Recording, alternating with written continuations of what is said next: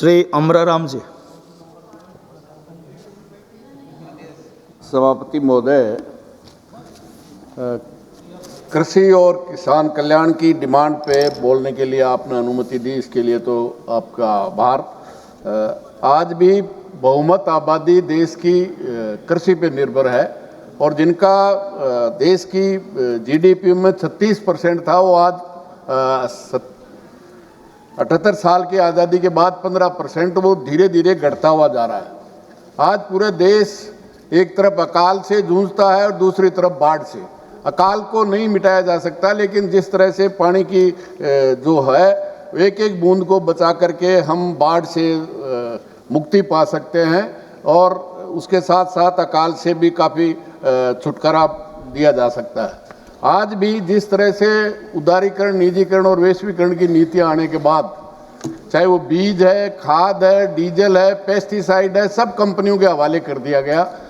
सभापति महोदय, इससे काम नहीं चलेगा कि पूर्ववर्ती सरकार ने ये किया, इस सरकार ने ये किया। आज जो किसान की हालत है, आप देखिए 400 वाली डीएपी आज 1400 में है और 1400 दे करके भी नहीं मिलती है। वो नकली फैक्ट्रियां पकड़ी जाती है, उन पर कोई कार्रवाई नहीं होती। और जब खाद मांगने किसान जाता है, खाद की जगह उनको लाठियां मिलती है।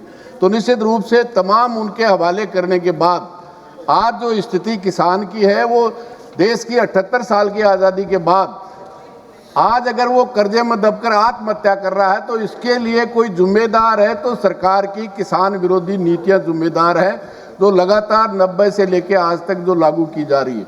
और आज निश्चित रूप से इस किसान की आत्महत्या की समस्या को दूर करने के लिए स्वामीनाथन आयोग की रिपोर्ट कमेटी बैठाई गई। आयोग ने रिपोर्ट दी। निश्चित रूप से एक दफ़ा पूरा इन नीतियों के कारण जो कर्जा हुआ है वो एक दफ़ा माफ़ किया जाए और फिर एमएसपी की अगर गारंटी, लीगल गारंटी, कानूनी गारंटी दी जाती है तो मैं समझता हूँ इस देश का किसान विकसित होगा, वो समृद्ध होगा तो भारत समृद्ध होगा। केवल नारों से समृद्ध नहीं होगा। इस देश की आधी आबादी अगर समृद्ध नहीं होगी और देश समृद्ध हो जाएगा, मैं नहीं समझता कि वो किस तरह से होगी। आज जो एमएसपी है उस पर खरीद नहीं होती। मैं राजस्थान से आता हूँ। राजस्थान में बाजरा 29 राज्यों में सबसे ज़्यादा होता है। इस 12 साल में हमारे मंत्री जी हैं, बता दें राजस्थान के किसान का 1 क्विंटल बाजरा भी एमएसपी पे खरीदा हो तो मंत्री जी कहेंगे वो मैं करने के लिए तैयार हूँ। आज राजस्थान में खरीफ में सबसे बड़ी फसल गुआर होता है, मोट होता है। और सभापति महोदय, वो गुआर आज से 10-12 साल पहले 33,000 से 36,000 रुपये कुंटल बिक चुका है, जो आज कोई 3,000 में लेने वाला नहीं है। आज सबसे बड़ी खरीफ की जो राजस्थान की 70% खेती आज भी बरसात पे निर्भर है और उस खरीफ में सबसे बड़ी कोई फसल होती है गुआर और मोट होती है जिसकी एमएसपी नहीं है। इसलिए तमाम की एमएसपी घोषित हो और उन फसलों पर केवल 22 फसलें पे एमएसपी है। और किस तरह से, जिस तरह से बाकी जो फसलें हैं जो बहुत बड़ा मार्जिन होता है, जैसे आलू है, प्याज है, टमाटर है, ये जो फसलें हैं, जिस तरह से बाजार एस्केप योजना में एक प्रावधान था, केंद्र सरकार उसमें 2,000 करोड़ रुपए रखती थी और कोई भी फसल अगर उसकी लागत मूल्य से नीचे जाती थी तो बाजार एस्केप योजना में खरीद के जनता को बांटने का काम करता था और उसमें जो नुकसान होता था केंद्र सरकार 50% उसमें योगदान करती थी। इस बजट में बाजार एस्केप योजना का बजट नील है। मतलब आप देखिए, जो किसान की 8 से 9 रुपया प्याज की लागत मूल्य आता है, 5 रुपए में किसान का प्याज 6 रुपए में कोई लेने वाला नहीं मिलता। और वही प्याज जब किसान से चला जाए तो 60 रुपए किलो में आम उपभोक्ता को खरीद के खाना पड़ता है।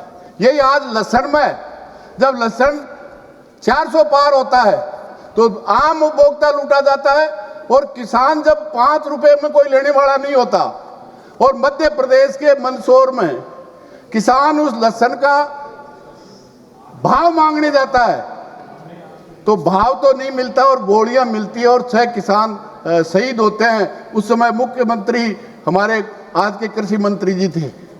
आज वो किसान, आप अंदाजा कीजिए सभापति महोदय, 15 रुपए में, 10 रुपए में खरीद के अगर 400 रुपए में बेचेंगे तो तब तो देश विकास कर रहा है, और किसान को अगर भाव मिल जाए तो देश कंगाल होता है। तो सभापति महोदय, ये जो हालत आज की गई है, निश्चित रूप से जो फसल बीमा, प्रधानमंत्री फसल बीमा योजना है, वो कंपनी परस्त है। निश्चित रूप से फसल बीमा योजना होनी चाहिए। अगर अच्छी होती तो आज गुजरात में क्यों लागू नहीं है? आज सबसे बड़ा कृषि प्रधान हमारे देश में 29 राज्यों में पंजाब है, वहां फसल बीमा योजना नहीं है। लेकिन पूरे देश में आज भी उन कंपनियां, जितनी भी बड़ी कंपनियां हैं, निश्चित रूप से वो इस फसल बीमा योजना में आई है। आप समाप्त कीजिए। एक मिनट सभापति महोदय, और सबसे खतरनाक जो अमेरिका के साथ जो डील की गई है, आज मुझे अफसोस है 140 करोड़ की जनता के ट्रंप आज आदेश देता है कि तेल कहां से खरीदेंगे। आज वो कहते हैं ईरान और अमेरिका का युद्ध हो रहा है, तो 1 महीने के लिए भारत रूस से तेल खरीद सकता है। मतलब हमारा देश, जिसकी 1/3 पॉपुलेशन पूरी दुनिया की है, और हमारा जनतंत्र 78 साल का है, और हमें डिक्टेट अमेरिका का राष्ट्रपति करता है। इसलिए आज अगर किसान खुशहाल होगा, नारों से नहीं, 2022 में किसान की आमदनी दूनी हो जाएगी। दूनी आमदनी तो नहीं हुई, लागत कई गुना होगी। इसलिए निश्चित रूप से धन्यवाद जी, धन्यवाद। किसान समृद्ध होगा तो देश समृद्ध होगा, वरना किसान समृद्ध नहीं होगा। आपने समय दिया, इसके लिए बहुत बहुत धन्यवाद, आभार। जय हिंद।